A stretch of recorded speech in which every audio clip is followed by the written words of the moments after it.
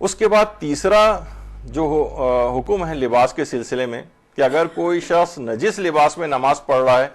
اور ہمیں پتہ ہے کہ نجس لباس میں نماز پڑھ رہا ہے تو ہماری کیا ذمہ داری ہے. یہ مسئلہ تو بہت مختصر ہے لیکن اس کے ساتھ جڑے ہوئے بہت سارے اور مسئلے بھی بیان ہو جائیں تو بہت اچھا ہے. ایک ہی تیر سے بہت سارے شکار اس میں ہو جاتے ہیں. تو اگر کوئی نجس لباس میں نماز پڑھ رہا ہے تو ہماری کیا ذمہ داری ہے؟ ہماری ذمہ داری کوئی بھی ذمہ داری نہیں ہے. ہمیں یہ بتانا اس شخص کو واجب نہیں ہے کہ یہ جو تم نے لباس پہنا ہوا ہے یہ جو ہے نجس ہے, تم اس لباس میں نماز نہیں پڑھو. یہ ذمہ داری ہے. جس طریقے سے اگر کوئی روزے میں بھول کر کھا پی رہا ہو تو ہماری کوئی ذمہ داری نہیں ہے,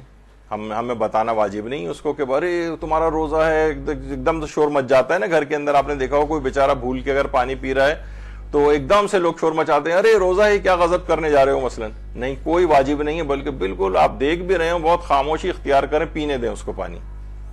تو یہ اللہ نے اس کو چھوٹ دی ہے. اور جیسے میں نے اس سے پہلے بھی بتایا تھا کہ نیند میں بھی اللہ اس انداز سے یہ جو ہے اگر کسی کو کچھ کھلانا پلانا چاہتا ہے تو یعنی اگر کوئی شخص سو جائے حالت روزہ میں تو اس سے بھی روایتوں میں کہ اللہ سوتے میں اس کو کھلاتا اور پلاتا ہے. اسی طریقے سے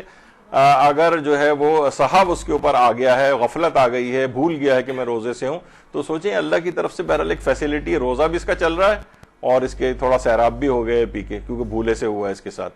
تو اس کو کوئی بتانا آپ کی ذمہ داری نہیں ہے. اسی طریقے سے دیکھیں ایک بات اس میں کہہ دی جائے کہ اسلام جو ہے نا خدائی فوجدار بننے کا مخالف ہے.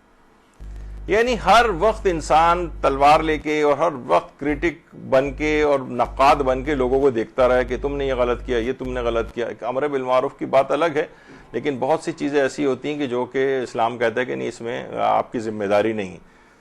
ذمہ داری نہیں ہے کہ معنی یہ نہیں ہے کہ حرام ہے کہنا, کہا بھی جا سکتا ہے حالات کو دیکھتے ہوئے, کسی کو تو کوئی چیز تعلیم کرنی ہے. لیکن بہت سے لوگ ذرا ایک ہنٹر ہاتھ میں لے کے اور لوگوں کے پیچھے لگ جاتے ہیں اور ان کے ہر عمل کے اوپر اس انداز سے اعتراض کرتے ہیں, تو بہت سی چیزوں میں چھوٹ ہے. اسی طریقے سے جیسے کوئی لا علمی میں کوئی نجس چیز کھا پی رہا ہو, ہمیں پتہ ہے کہ یہ چیز نجس ہو گئی ہے, وہ ٹھیک ہے وہ حفظان صحت یا کوئی اور اس طرح کی کوئی بات ہے تو اس کو کہ اس سے نقصان پہنچ سکتا ہے تو اب تو بتا دیں اس کو. لیکن اگر کوئی ایسا نہیں ہے اور ہمیں پتہ ہے کہ مثلا یہ چیز جو ہے وہ قطرہ مثلا ایک نجاست کا اس کے اندر جو ہے وہ گر گیا تھا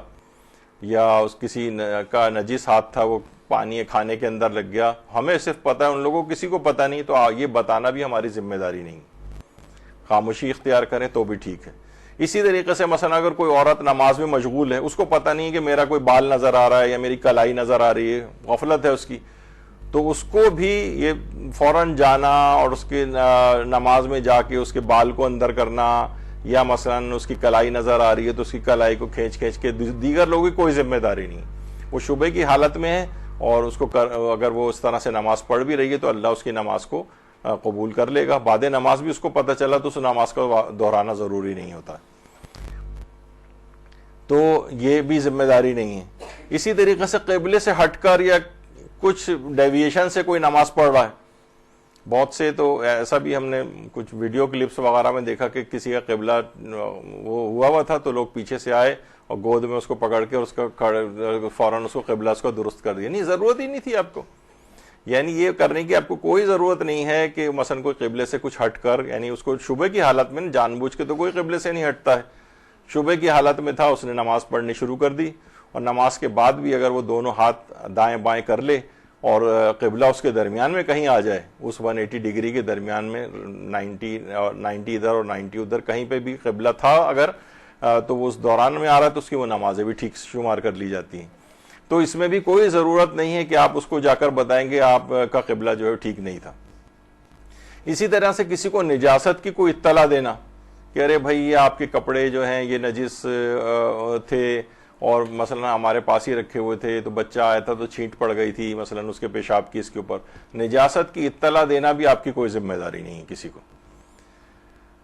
ایک چیز ہماری اس میں کہلاتی ہے اور بڑا تفصیلی بھی ہے اور بہت دلچسپ بھی ہے, شاید مجھے وہ ہے کہ شاید مولانا عامر یاسوبی صاحب قبلہ نے شبہ موضوعیہ کے موضوع پہ کوئی کلاس لی تھی شاید آپ لوگوں کی, واللہ عالم نہیں لی تھی. تو بہرحال اگر موضوع میں شبہ ہو جائے, یہ کہا جاتا ہے کہ شبہ موضوعیہ میں اصل براعت کا قانون چلتا ہے, یعنی موضوع میں اگر شبہ ہو جائے تو پھر آپ کی کوئی ذمہ داری نہیں ہے. یعنی پتہ نہیں چل رہا ہے کہ یہ مثلا ہم روڈ پہ سے گزرتے ہوئے جا رہے ہیں, اب پتہ نہیں کہ جو پانی گھر سے نکلا ہے گاڑی واڑی دھونے کا پانی ہے یا گٹر کا پانی ہے, چھینٹ ہمارے اوپر آ گئی, سمجھیں گے پاک ہے, پاک پانی ہوگا. یا مثلا اوپر سے گزر رہے ہیں کسی گھر کی, کوئی اوپر سے کوئی چھینٹ نیچے آ گیا, پتہ نہیں ٹنکی کا پانی اوور فلو ہو رہا ہے یا کسی بچے کی کوئی نجاست ہے جو اوپر سے آ رہی ہے, حالت شک میں خود کو پاک سمجھو.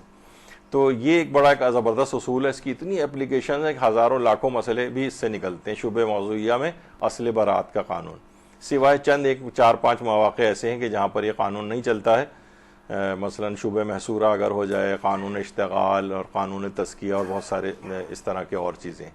تو شبہ موضوعیہ میں اصل برات تو یہ ذمہ داری آپ کی نہیں ہے, حتیٰ کہ شبہ موضوعیہ میں امر بالمعروف و نہی عن المنکر بھی واجب نہیں ہے. آپ نے سنا آپ کے لحاظ سے وہ نجس لباس میں نماز پڑھ رہے تھے, کوئی چیز نجس کھا رہے تھے, یا مثلا قبلے سے ہٹ کر کچھ کر رہے تھے, ایسے بال نظر آ رہے ہیں, آپ نے وہ بال دوران نماز اگر نظر آ جائے تو کتنی اس کی تفصیل پچھلی مرتبہ سنی تھی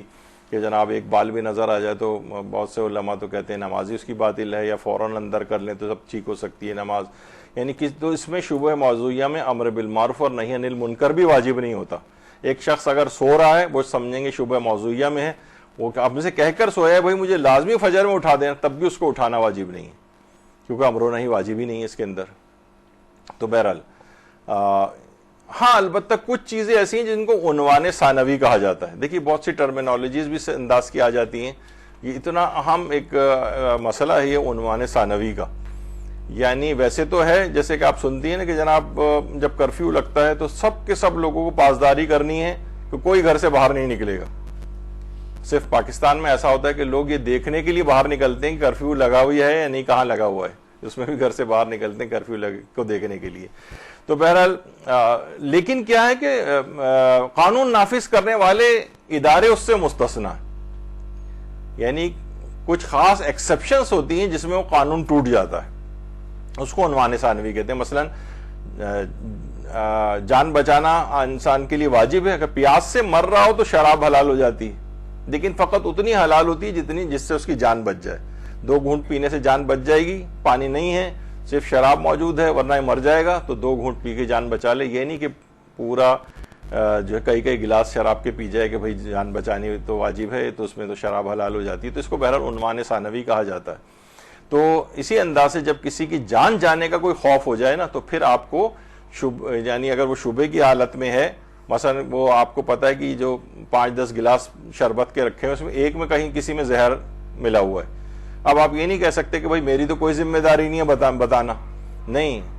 اب آپ کی جو ہے نا کیونکہ جان جانے کا خوف ہے, تو جان کا مسئلہ ہے کتنا اہم مسئلہ ہے کہ اس میں اس کو بتانا پڑے گا. یا مثلا جب عزتوں کا کوئی خوف ہو جائے, عزت جانے کا, عزت کا خوف کیا ہو سکتا ہے. مثلا کسی عورت کو کورٹ سے اس نے طلاق لی ہے اور کوئی دوسرا شخص اس سے شادی کرنے جا رہا ہے, اور اس نے کورٹ, پاکستانی کورٹ یا کوئی بھی اور جو صرف حاکم شرع